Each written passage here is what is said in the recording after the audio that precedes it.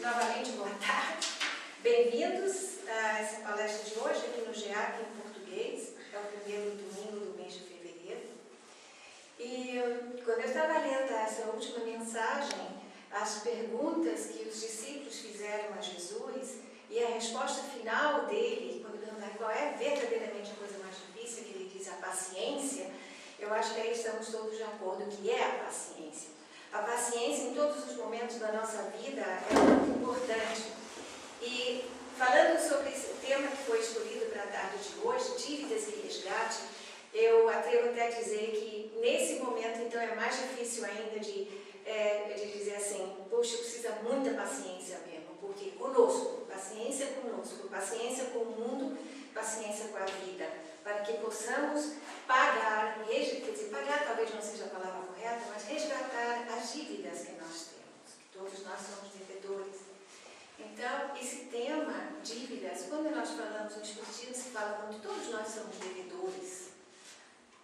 E somos devedores da contabilidade divina. A contabilidade divina, ela funciona da mesma maneira como uma contabilidade de uma indústria, de uma firma. Então, é o quê? É aquela contabilidade, é o ter ou haver. É aquela contabilidade, eu estou devendo, eu tenho que pagar meus débitos. Como que eu vou pagar meus débitos? Na nossa contabilidade humana, também somos chamados a pagar os nossos débitos.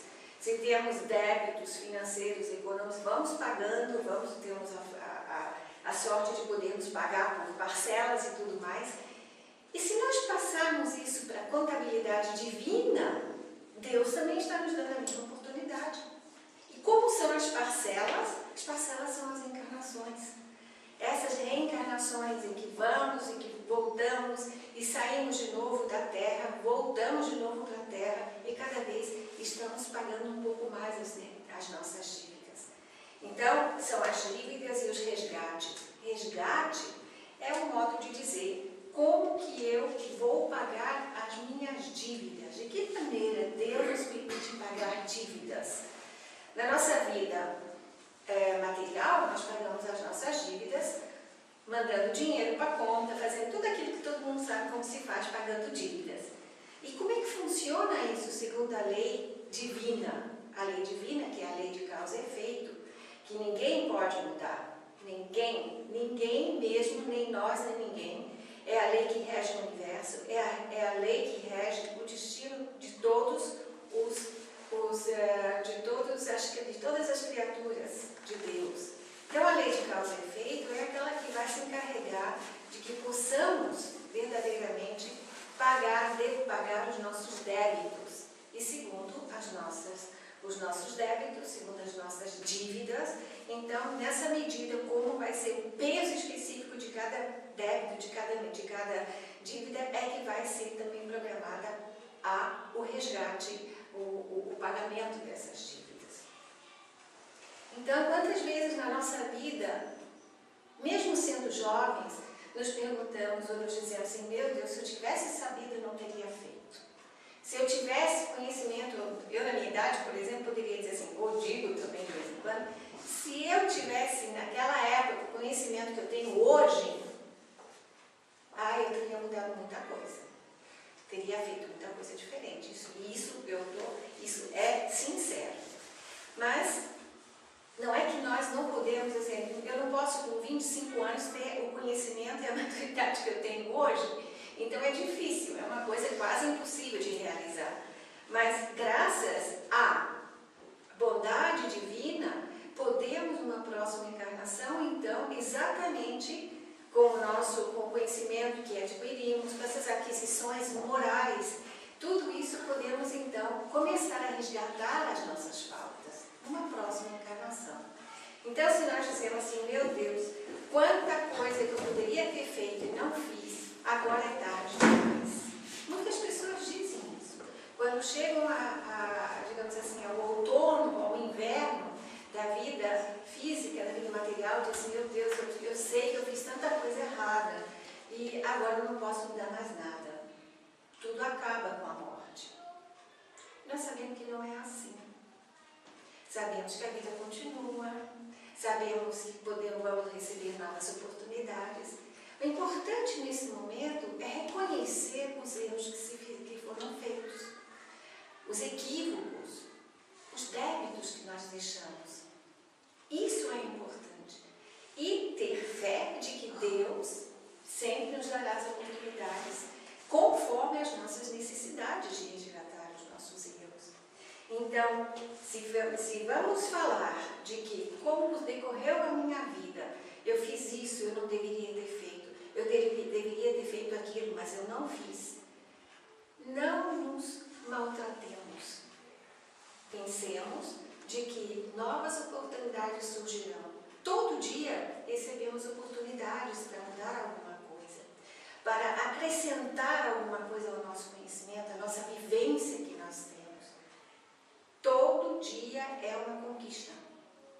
Não é só a conquista de levantar de manhã e dizer, ai, vou trabalhar, vou ganhar o meu dinheiro. Não, é a conquista do Espírito dizer, hoje é um dia especial, você poderia até dizer, porque hoje eu tenho uma tarefa muito difícil de realizar, mas eu vou realizar essa tarefa com brio, vou realizar essa tarefa com todo o meu amor, com todo o meu carinho, com o meu conhecimento e discernimento.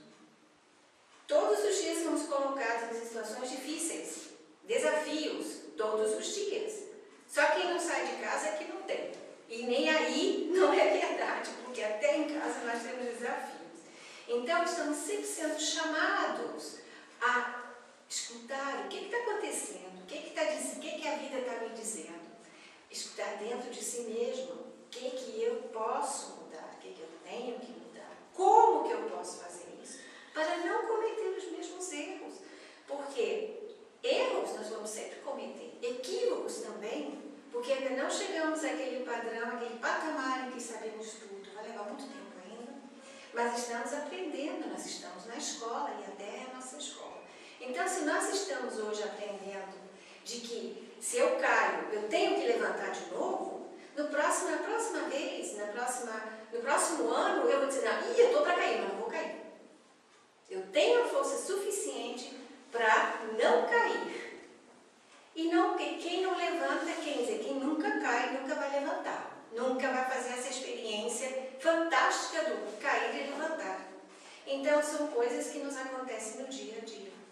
Todos nós, no trabalho, em casa, com os filhos, somos todos instrumentos. Então, estamos sendo provados. Então, o que nós podemos fazer? O que nós podemos fazer para as nossas dívidas? Às vezes, nós temos uma certa consciência do que do que não deveríamos fazer mais, mas às vezes somos fracos. Então nós conhecemos aquele, eu gostaria tanto, mas a carne é fraca. E quem não conhece essa expressão, a carne é fraca? Antigamente nós ainda acreditávamos que a carne era fraca. Mas no fundo, hoje, com pelo menos um pouquinho de conhecimento que temos através de Allan Kardec e da doutrina espírita, sabemos que não é a carne a questão. É o espírito que é fraco, é o espírito que não conseguiu ainda superar certas coisas, certas paixões. Então é ele que é fraco e nos induz a fazer coisas que não queremos. Mas o espírito somos nós somos o espírito. Então temos que trabalhar nós mesmos, dizer assim, não é a carne que é fraca, é eu. Então vamos aqui, vamos trabalhar e vamos acertar as coisas nessa vida. Acertar o quanto antes o que nós pudermos. Nós temos talvez a sorte de, digamos assim, de sermos pessoas sem grandes problemas de saúde. Muitas pessoas, há pessoas que têm problemas de saúde que ninguém imagina o que é. Então, aí está uma forma de resgate, uma forma de pagar esses débitos, as enfermidades, as deficiências, tudo isso faz parte da contabilidade divina. Quer dizer que Deus, tem muitos recursos para nos chamar a atenção, para dizer assim, olha, você ainda está devendo isso aqui.